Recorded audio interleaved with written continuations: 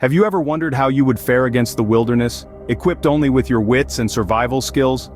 Let's dive into that thought and explore the concept of survival in the wild. It's a fascinating and challenging proposition, isn't it? You could find yourself in a myriad of environments. A dense, leafy forest, where the canopy stretches high above and the undergrowth teems with life. The challenges here are as thick as the foliage. You'll need to know how to build a shelter, how to find food, and how to navigate through the woodland maze. It's not just about surviving, but thriving, understanding the ebb and flow of the forest, and becoming a part of it. Or perhaps you're on a rugged mountain where the air is thin and the landscape is harsh and unforgiving. Survival here requires a different set of skills. You'll need to understand the terrain, to know where to find water, and how to stay warm in the freezing temperatures. The mountain is a tough taskmaster, but with the right knowledge, you can conquer it. Then there's the beach. It may sound like a vacation, but survival here can be just as testing. You have the sun beating down, the sand is everywhere, and fresh water can be hard to come by. But if you know how to fish, how to desalinate seawater, and how to protect yourself from the elements, you can make this seemingly inhospitable place your home.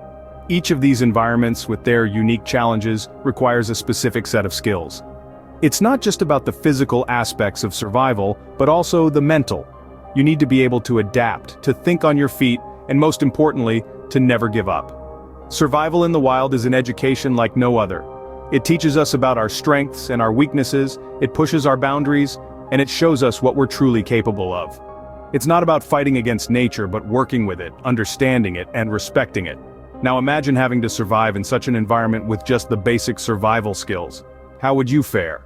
One of the first tasks in any survival situation is to establish a safe and suitable shelter. A shelter doesn't just provide a place to rest, it's a sanctuary against the elements and potential predators. It's your fortress in the wilderness. Whether you're in a lush forest or on a desolate mountain, you can use what nature provides to build your safe haven. Fallen branches, leaves, and vines can be combined to create the skeleton of your shelter. The size isn't as important as the sturdiness. It should be robust enough to withstand wind and rain, yet small enough to retain body heat. Now let's talk about insulation.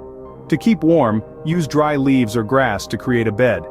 If you're in a colder climate, snow can be used as an insulating wall. And remember, the entrance should face away from the wind to keep it cozy inside. With a secure shelter in place, you have taken the first step towards survival in the wild. With shelter established, the next priority is finding a source of food. Now, foraging for food is truly an art. It relies on a deep understanding and appreciation of nature. We're talking about identifying edible plants and insects. It's a bit like being a detective and a chef all at once. Let's talk about the basics. Firstly, it's important to know what's safe to eat. Many plants and insects are edible, but others can be harmful or even deadly if consumed. A good rule of thumb is to stick with what you know. If you're not absolutely certain a plant or insect is safe, it's best to avoid it. Foraging for plants can be quite rewarding. Many common plants such as dandelions, clover, and cattails are not only edible but nutritious. However, it's crucial to remember that not all parts of a plant may be safe. Some parts may be edible while others are not. Insects, on the other hand, can be a great source of protein.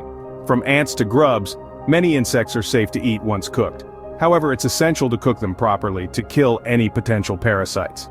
Now let's briefly touch on hunting and fishing. These are more advanced survival skills, and they require a certain level of knowledge and skill. Hunting can involve setting traps or stalking prey, while fishing requires knowledge of local fish species and the ability to make or find suitable fishing gear. Always remember, hunting and fishing are subject to local laws and regulations. It's essential to respect nature and only hunt or fish in a survival situation or with the proper permits. Before we wrap up, let's talk about the potential risks. Foraging, hunting, and fishing all come with their own set of dangers. From accidental ingestion of poisonous plants or insects, to potential injuries while hunting or fishing, it's essential to be aware of the risks and take precautions. While foraging and hunting can be challenging, it's a necessary skill to master when aiming to survive in the wild. Lost in the wilderness, your ability to navigate can mean the difference between life and death. Being able to find your way in an unfamiliar terrain is a skill as old as humanity itself. Before the advent of sophisticated GPS technology, people relied on the environment to guide them. Landmarks, the position of celestial bodies, even the behavior of animals, all played a part in navigation. Today, we'll dig into how you can use these same techniques to find your way in the wilderness. Natural landmarks are your first tool. They are distinct features in the landscape that can help orient you. This could be a uniquely shaped tree, a towering mountain peak, or even a river's course. By keeping track of these landmarks as you move, you can get a sense of your direction and how far you've traveled. Now let's look up to the sun and the stars. During the day, you can use the sun as a rough east-west guide. Remember, the sun rises in the east and sets in the west. At night, the North Star or Polaris can guide you. In the northern hemisphere, it's always found in the north. You can locate it by finding the Big Dipper and drawing a line between the two stars at the end of the Dipper part of the constellation. This line will lead you directly to Polaris. But what if it's cloudy or you're in dense forest and can't see the sky? If you have certain materials on hand, you can create a makeshift compass. You'll need a needle or a piece of wire, a leaf or piece of paper, and some water. Magnetize the needle by rubbing it against your hair or clothing, then place it on the leaf or paper. Float this on the water, and the needle will align itself with the Earth's magnetic field, pointing north and south. Mastering navigation skills is crucial for any wilderness survival situation. With practice, you can learn to read the world around you like a map, turning the vast, unknown wilderness into a landscape you can navigate. Surviving in the wild is no easy task, but with the right skills and knowledge, it's a challenge that can be overcome. We've journeyed together through the trials and triumphs of living off the land, and each step has been a lesson in resilience, resourcefulness, and the raw beauty of nature. Reflecting on our journey, we've faced challenges that tested our mettle and pushed our limits.